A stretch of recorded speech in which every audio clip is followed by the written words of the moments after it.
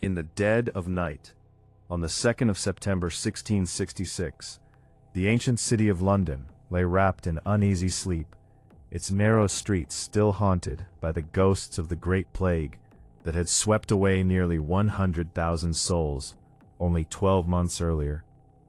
A single spark escaped the oven of Thomas Farriner's bakery on Pudding Lane near the river, and in that quiet moment no alarm bells rang, no watchman shouted, no one stirred from their beds. The wooden beams above the hearth, dry as kindling after a parched summer, caught the flame with a soft, hungry whisper, and the collapse did not begin with chaos. It began quietly, with the kind of everyday oversight that had happened 1,000 times before, in a metropolis built of timber, thatch, and pitch. The air carried the familiar night scents of wood smoke from countless chimneys, the salty breath of the Thames, and the faint rot of refuse piled in the alleys. Yet soon those same breezes would turn traitor, fanning the glow into a roaring beast. Citizens in their cramped upper chambers turned over in sleep, dismissing the faint orange flicker visible through cracked shutters as nothing more than another baker's mishap in a city that had always survived its small fires. But no one understood what was coming next. The narrow lanes, no wider than a man's outstretched arms, allowed the flames to leap from roof to roof with terrifying ease, while the tightly packed warehouses along the riverbank stood ready like barrels of gunpowder waiting for the match. This was the spark that would expose the hidden brittleness beneath London's proud facade, a city still celebrating the restoration of King Charles II, yet unknowingly poised on the edge of irreversible rupture. London in the summer of 1666 was a thriving, restless capital of nearly 500,000 souls, crammed into a medieval warren of streets that had changed little since the days of the Plantagenets. The Great Plague had barely loosened its grip when the court returned from Oxford, and the wharves once again bustled with ships unloading spices, silk, and timber from every corner of the known world. King Charles II, newly secure on his throne after the bitter years of civil war and Cromwell's republic, poured money and attention into palaces and pleasure gardens, yet the old city itself remained a labyrinth of overhanging timber-framed houses whose upper stories almost touched across the lanes, blocking out the sun and trapping every breeze. The River Thames served as the city's main artery, its surface crowded with lighters, barges, and ferries, while the great stone bridge with its shops and houses stood like a permanent fairground, linking the city to Southwark.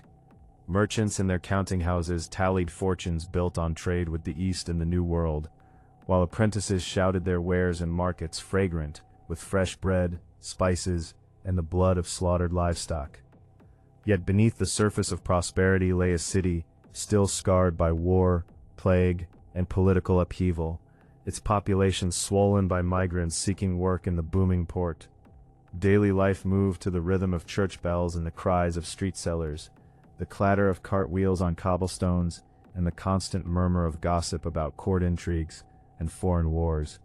No one spoke openly of fragility, but the houses themselves told the story, leaning against one another like exhausted sentinels, their thatched roofs and wooden walls dried by weeks without rain, ready to surrender to the slightest spark.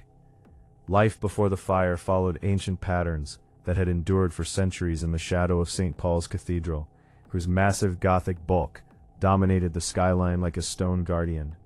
Housewives swept the rushes from their floors and kindled fires for the morning pottage, while apprentices hurried through the alleys balancing trays of hot loaves or buckets of water drawn from public conduits. The cries of "What do ye lack?" echoed from Cheapside, where goldsmiths displayed their glittering wares and butchers hung fresh carcasses outside their stalls. Children played in the narrow courts, chasing hoops or dodging the pigs that rooted freely in the gutters, while their parents bartered in the markets or prayed in the 87 parish churches, whose bells marked the hours of the working day. At night the watchman patrolled with lanterns, calling the hours, and the occasional drunkard stumbled home singing ballads of the Restoration.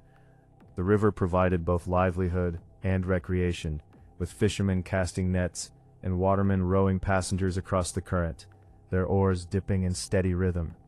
Yet even in this routine one could sense the city's age, its timber skeletons groaning under the weight of added stories and the constant pressure of more bodies pressing into the same confined space. The summer had been unusually dry, turning the thatch brittle and the wooden walls into tinder, and still the daily rituals continued unbroken, as though nothing could ever interrupt the ancient pulse of London. Early invisible warning signs had flickered across the city for weeks, unnoticed by most, yet visible to anyone who looked closely enough. The long, hot summer had left the wooden structures parched, and the narrow streets choked with dry refuse that no one bothered to clear. Small fires had broken out in the suburbs earlier that year, but each had been extinguished quickly enough to lull the authorities into complacency. Building regulations meant to reduce the risk of fire had been ignored for decades, as landlords crammed more stories onto ancient foundations to squeeze out extra rent. The Great Plague itself had been interpreted by many as divine displeasure, yet once the death carts stopped rolling, the survivors returned to their old ways with renewed vigor, as if the city had been granted a second chance. Political tensions simmered beneath the surface, with rumors of Catholic plots and foreign agents, but no one connected these whispers to the physical vulnerability of the capital.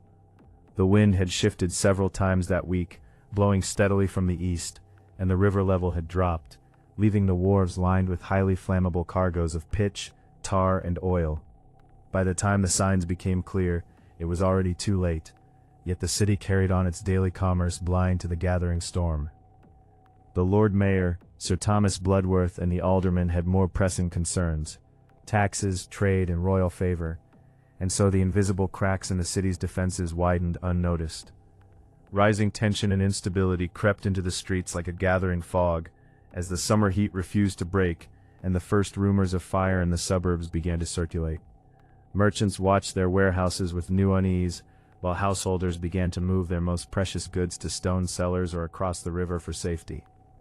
The court at Whitehall sensed the growing anxiety, and King Charles II dispatched messengers to inquire about the state of the city, yet official responses remained calm and reassuring.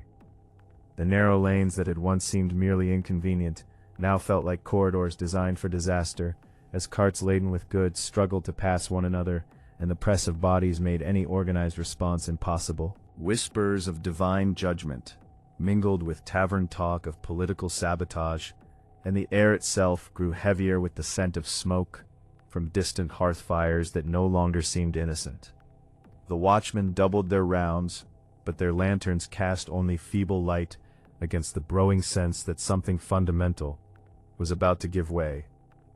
Families began to speak in hushed tones about evacuation, while the rich quietly arranged for their valuables to be sent to country estates, yet still the majority clung to routine, as though denial could hold back the inevitable. The city's ancient wooden skeleton creaked under the weight of its own success, and the first faint cracks in its confidence began to show. Key decisions, mistakes, and mounting pressures converged on the night of September 2nd, when the fire had already begun its deadly work, and the first desperate calls for help reached the authorities. The Lord Mayor was roused from his bed and hurried to the scene, only to dismiss the blaze with the now infamous words that it was merely a woman's fart and could be quenched by a piss. Instead of ordering the immediate pulling down of houses to create fire breaks, he hesitated, fearing the cost and the wrath of property owners who would demand compensation. Meanwhile, the easterly wind freshened into a gale, driving the flames westward with merciless speed, and the tightly packed warehouses along Thames Street exploded in sheets of fire as their flammable cargoes ignited. King Charles II and his brother the Duke of York took personal command from the river, launching boats and ordering soldiers to assist, yet the narrow streets prevented any coordinated effort. The pressures of class privilege, political caution, and simple human denial combined to paralyze decisive action, while the fire gained strength hour by hour. By the time the first houses were finally demolished, the flames had already leaped the gaps, and the ancient heart of London began to surrender. The moment the system began to fail came with terrifying swiftness, as the fire crossed into the heart of the city, and the great stone buildings that had seemed eternal started to crumble. St. Paul's Cathedral, whose lead roof melted in rivers of molten metal, crashing through the nave, became a blazing torch visible for miles across the countryside. The flames jumped the River Fleet and raced along Cheapside, devouring the guild halls and the Royal Exchange in a single night of apocalyptic fury. Roof after roof collapsed in showers of sparks, and the narrow alleys turned into furnaces where the very air burned.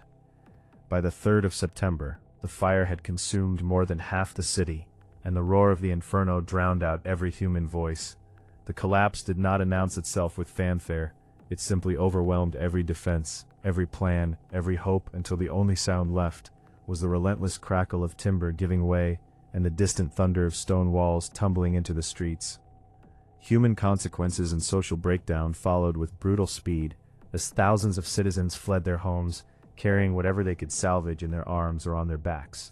The roads leading west became rivers of refugees, their faces blackened by smoke, their eyes wide with terror, while the river itself was choked with boats overloaded with people and possessions.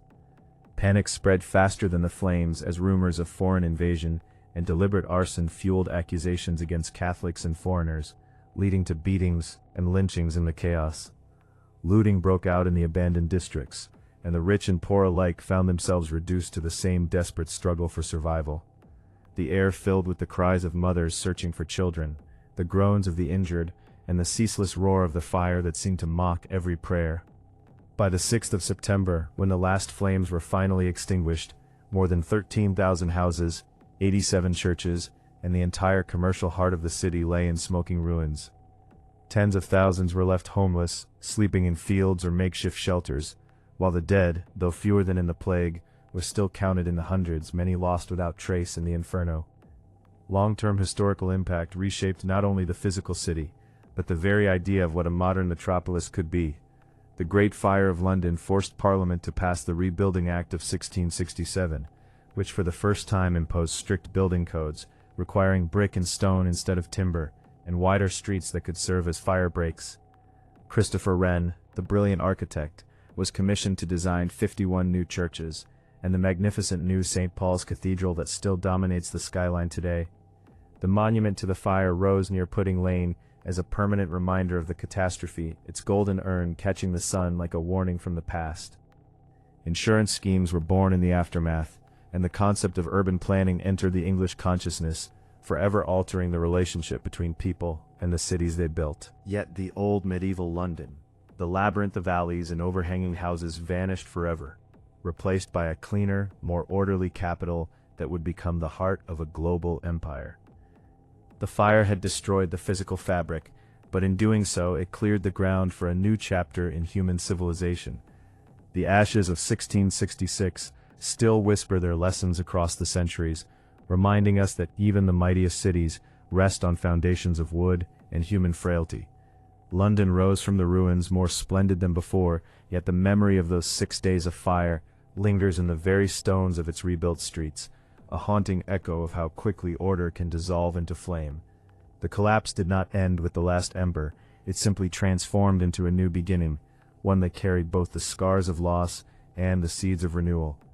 In the quiet moments before dawn, when the city sleeps once more, one can almost hear the distant crackle of that long-ago fire, warning that no civilization is immune to the sudden spark, the overlooked risk, or the wind that turns without mercy.